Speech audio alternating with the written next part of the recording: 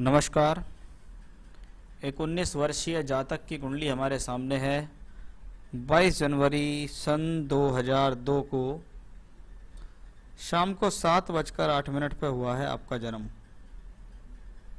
आइए बात करते हैं आपकी कुंडली में कौन से ग्रहों की स्थितियाँ कहाँ बैठी हुई हैं, क्या सावधानी आपको जीवन पर्यंत बरतनी होगी, क्या अच्छा है क्या बुरा, उसके बारे में हम विस्तृत रूप से यहाँ चर्चा करने जा रहे हैं। शुरुआत करेंगे ग्रहों की स्थितियों के बारे में कि कौन सा प्लैनेट कुंडली में कहाँ बैठा है, उसके क्या फल होते हैं, आपके क्या सवाल हैं, कोई दोष तो नहीं है कुंडली में। आइए बात करते हैं कर्क लगन की कुंडली जो हमारे सामने है, जो कि चंद्रमा का लगन लिए हुए है। ऐसे लोग स्वभाव में गहराई के साथ साथ स्वभाव में विचलितपन होना या चंचलता ले जाते हैं। किसी भी चीज़ को बहुत डीप सोचना, उसके बारे में ज़्यादा सोचना, स्वभाव में कुछ इमोशनल होना भी ऐसे लोगों के स्वभाव में देखा जाता है, क्योंकि चंद्रमा का लगन जल तत्व राशि का लगन है और पृष्ठोदय लगन है। यानी जीवन में जो उत्थान होता है, जीवन में जो तरक्की होती है, वो कुछ देरी से होती है, ऐसा हम यहाँ कह सकते हैं। चर लगन है, स्वभाव के अंदर चंचलता है। वहीं लगन का मालिक चंद्रमा मेष राशि में दशम भाव में, लग्नेश दशम में हो, व्यक्ति वर्कोहोलिक है, व्यक्ति कर्म करना चाहता है। लेकिन जब लगन भी चर राशि में हो, लग्नेश चंद्रमा भी चर राशि में हो, तो व्यक्ति को बहुत ज़्यादा अपने ऊपर संयम रखना चाहिए। ऐसे व्यक्ति कुछ जल्दबाज किस्म के होते हैं, किसी भी रिजल्ट को बहुत जल्दी से पाना चाहते हैं। यानी ऐसे लोगों के अंदर देखा जाए तो पेशेंस की कमी हो जाती है। स्वभाव में चंचलता, लंबे समय तक किसी चीज पर टिककर काम ना कर पाना इन योगों के कारण देखा जाता है। तो ये आपके जीवन की सबसे बड़ी कमी है कि जब आपके लग्न और आपके चंद्रमा दोनों चर राशि में बैठे हों तो जीवन में चंचलता और चलायमानता बहुत होगी। ऐसे लोगों को समय समय पर काउंसलिंग की जरूरत होती है। अगर इनको सही समय पर सही सलाह नहीं मिली तो ये जीवन में काफ़ी पीछे रह जाते हैं, क्योंकि जब जब ये अपने आप डिसीजन लेंगे वो डिसीजन इनका कहीं ना कहीं रॉन्ग हो जाएगा। चंद्रमा यहाँ शनि मंगल के पापकर्तृ योग में भी है, इसलिए ये कॉम्बिनेशन जल्दबाजी के साथ साथ एग्रेशन, क्रोध आदि भी देता है। ये थे चंद्रमा के फल, जिसको हम कह सकते हैं लग्नेश भी है वो चंद्रमा आपका और दशम भाव में बैठा भी है। अब बात करते हैं योग कारक मंगल की। मंगल कौन है? दशम और पंचम का मालिक ग्रह, यानी ऐसा ग्रह जो आपको केंद्र त्रिकोण दोनों के फल देगा, और वह मंगल भाग्य स्थान में बैठा है। यानी मंगल इस कुंडली में शिक्षा कराने वाला ग्रह है, कर्म देने वाला ग्रह है। यानी मंगल अच्छी शिक्षा, अच्छा कर्म कराने में सक्षम है। कोई भी ग्रह कुंडली में कितना अच्छा है और कितना बुरा है वह अपनी दशा में फल देगा। यहाँ पंचमेश जब 9वें घर में हो तो इसको कहते हैं ये हायर एजुकेशन के योग हैं, अच्छी शिक्षा के योग हैं, शिक्षा से सफलता के योग हैं। लेकिन अगर सही समय पर सही दशा नहीं मिली तो वो शिक्षा के योग भी कुंडली में धरे के धरे रह जाते हैं। लेकिन प्लेनेट की बात करें, मंगल की बात करें, तो ये ग्रह जीवन में जब भी आएगा आपको जीवन में तरक्की, मान सम्मान, कार्य क्षेत्र में तरक्की देकर अवश्य जाएगा।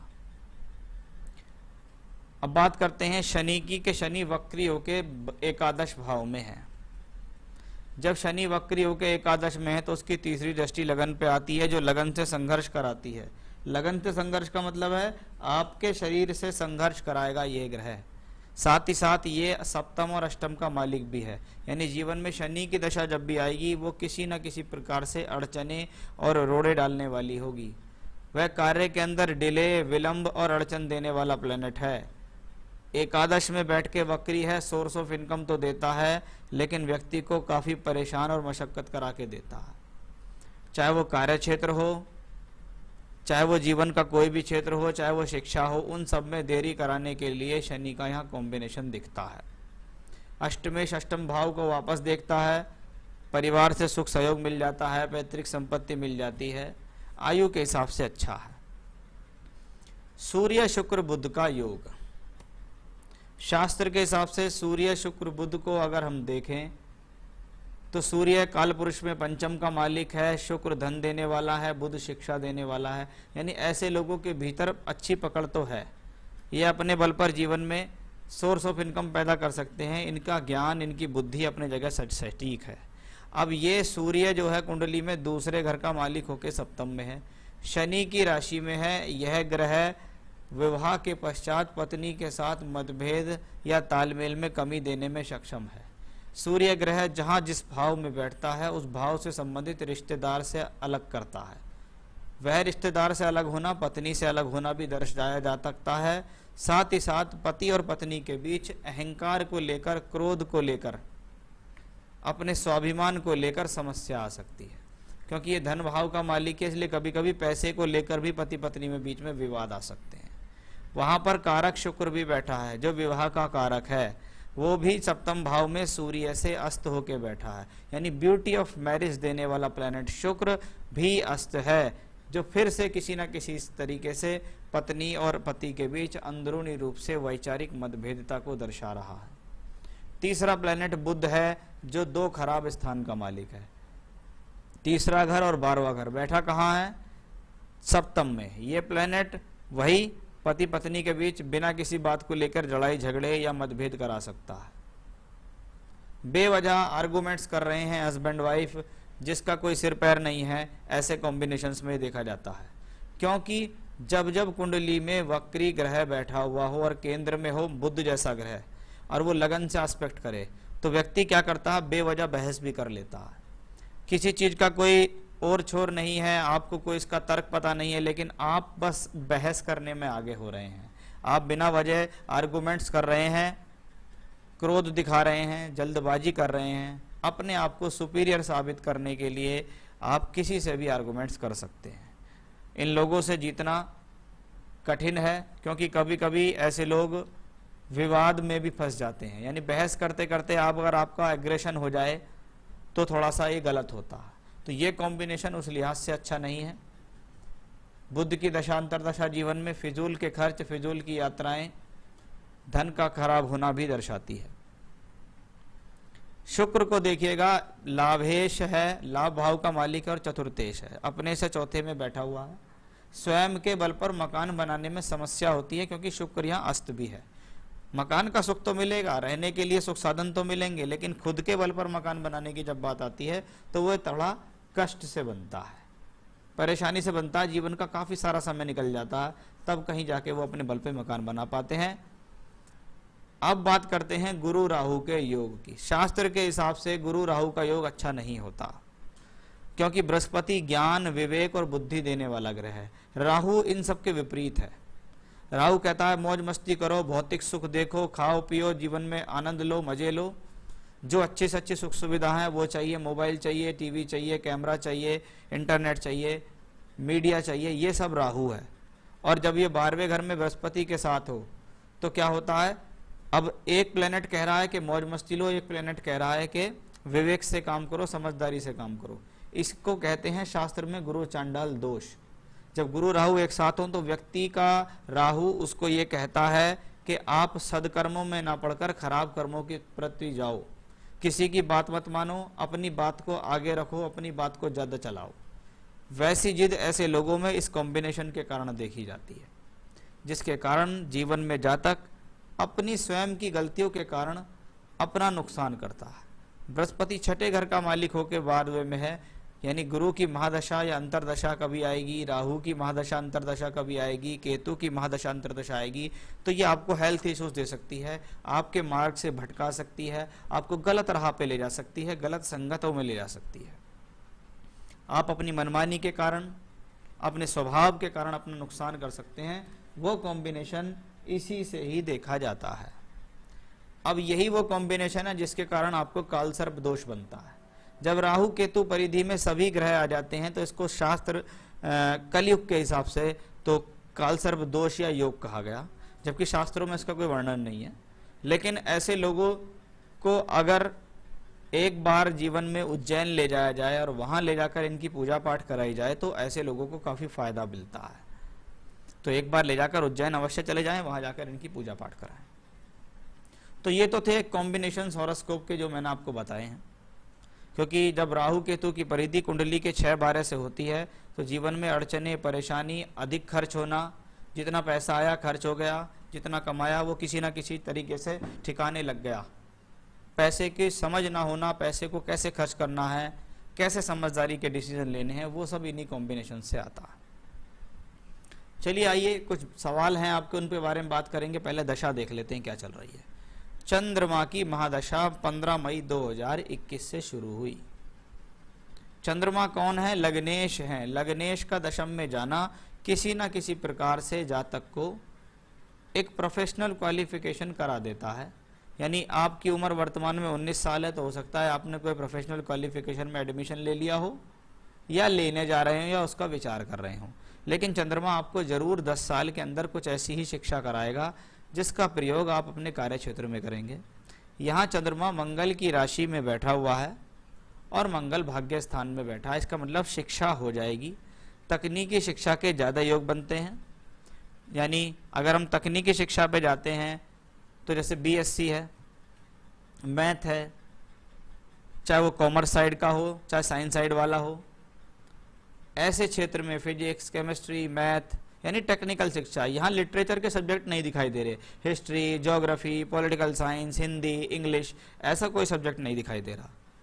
तो ऐसे ही सब्जेक्ट के अंदर आगे बढ़ना, क्योंकि आपने पूछा कैरियर किस लाइन में है, तो एग्जैक्ट कैरियर बताना तो मुश्किल है, लेकिन मैंने आपको ट्रैक बता दिया कि ये वो ट्रैक है जिस तरफ ये चलेंगे तो उनका फायदा होगा।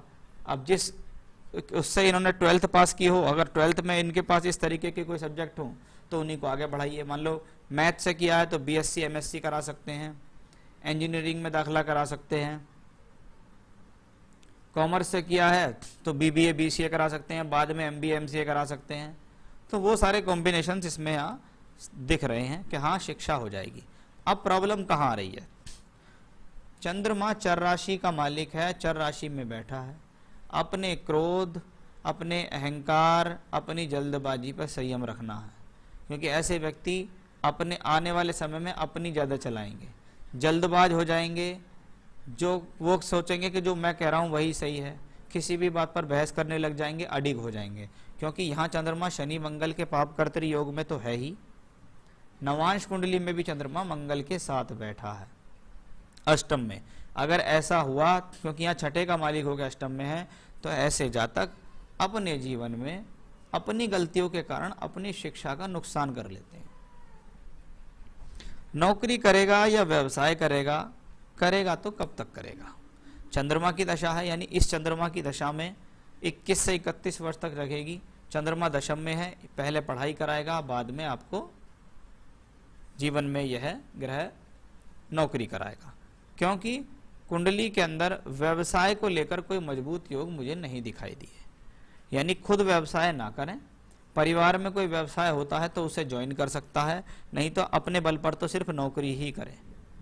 अगर आप जीवन में अपना टारगेट ठीक ठाक बनाते हुए अच्छे लंबे समय तक तैयारी करेंगे तो आप किसी प्रकार की सरकारी नौकरी भी प्राप्त कर सकते हैं। क्योंकि अभी चल रहा है चंद्रमा में चंद्रमा, मंगल, राहु, बृहस्पति, शनि, बुध। लगभग अभी तो मैं समझता हूँ 5 वर्ष का समय ऐसा है इनके जीवन में जिसमें इनको पढ़ाई या स्ट्रगल ही करना है। उसके बाद कहीं जाके इनको सोर्स ऑफ इनकम शुरू होगा। हेल्थ वाइज ठीक रहेगा, थोड़ा माइंड को स्टेबल करने की जरूरत है। परिवार के साथ संबंध ठीक रहेंगे, क्योंकि कुछ मूडी किस्म के लोग ऐसे होते हैं, कर लिया तो बहुत कुछ कर लिया, नहीं करा तो कुछ नहीं करा। मान लिया तो सबकी बात मान ली, नहीं मानी तो किसी की भी बात नहीं मानी। गृहस्थ जीवन में थोड़ा सा प्रॉब्लम दिखता है, इसलिए आप कुंडली मिलान का सहारा लेके इनका विवाह करें। गुण मिलान बिल्कुल भी ना करें, गलती से भी ना करें। लड़का लड़की दोनों की कुंडली को मिलाएं, देखें इनके जीवन में वैवाहिक सुख कैसा है, आने वाला समय कैसा है, संतान का सुख कैसा है। बहुत सारी चीजें देखी जाती हैं कुंडली मिलान में। शादी से संबंधित जो डेट है, सबसे पहले मैं चंद्रमा को देख लूं। चंद्रमा की दशा में शादी का योग, क्योंकि 2031 यानी इनके लगभग अभी 19 साल के हैं, 29 वर्ष तक चंद्रमा की दशा चलेगी। और जीवन में जब जाके लगभग 2028 आएगा, 28, 29, 30, ये वो समय होगा जिसमें इनका एक शादी का योग बनेगा। अपना घर कब तक होगा, अभी देखते हैं क्या चंद्रमा की दशा में अपना घर है। अपना घर 2 तरीके से होता है। एक, इनके भाग्य से घर मिलना, दूसरा इनकी मेहनत से बल घर मिलना। तो इनके भाग्य से तो अभी तक मुझको 8-10 साल तक, इनकी मेहनत से 8-10 साल तक कोई घर दिखाई नहीं देता। हाँ, इनके भाग्य के भरोसे अगर देखें तो इनको कुछ योग बनेंगे जीवन में जिनके बल पर इनको ये प्रॉपर्टी सुख मिल सकता है, जैसे कि 2029-30 में जाके कि भाई परिवार वाले लोगों ने पैसा जोड़ लिया, कुछ इनके भाग्य ने भी जोर लगाया और मकान हो गया। तो वैसा इनकी कुंडली में मुझे दिखाई दिया। तो कुंडली में मुझे बहुत कमियां ये दिखाई दी कि भाई आपको अपने माइंड पर कंट्रोल रखना होगा। चंद्रमा आपका ठीक नहीं है, गुरु राहु का योग भी आपका ठीक नहीं है, तो काल सर्प की पूजा के लिए एक बार करवाई आना। रोजाना के नियम से इनको अगर भगवान शिव के मंदिर जाकर रोज भगवान शिव पर जल चढ़ाएं तो बहुत अच्छा, नहीं तो सोमवार के सोमवार अवश्य चढ़ाएं। रोजाना रुद्राष्टकम का पाठ करें और रोजाना हनुमान चालीसा का पाठ करें। रुद्राष्टकम भगवान शिव का स्तोत्र है, एक आपको गूगल से मिल जाएगा, और हनुमान चालीसा, ये 2 पाठ आपको लगातार करने होंगे। मूंगा रतन धारण कर सकते हैं। ये मूंगा रतन धारण करने से इनकी बुद्धि के लिए, इनके ज्ञान के लिए, इनकी शिक्षा के लिए अच्छा रहेगा। तो राइट हैंड में तांबे की फिंगर में, रिंग फिंगर में ये पहना जाता है। आपको चाहिए तो सर्टिफाइड रिंग की स्टोन बनाकर मैं आपके एड्रेस तक भेज सकता हूँ। तो मूंगा रतन इनको यहाँ धारण कराना होगा और 2 पूजाएं बताइए वो करें। बाकी जितनी सारी बातें मैंने आपको बताई, अगर इनके बारे में सोच विचार किया जाए कि हाँ मेरे अंदर वाकई में ऐसी कमियां हैं, इनको अगर मैं दूर कर लूंगा तो बहुत अच्छा रहेगा, तो आपको ज़्यादा सफलता मिल जाएगी। तो ये था आपकी हॉरोस्कोप का एनालिसिस, सवालों के जवाब और उपाय। नमस्कार।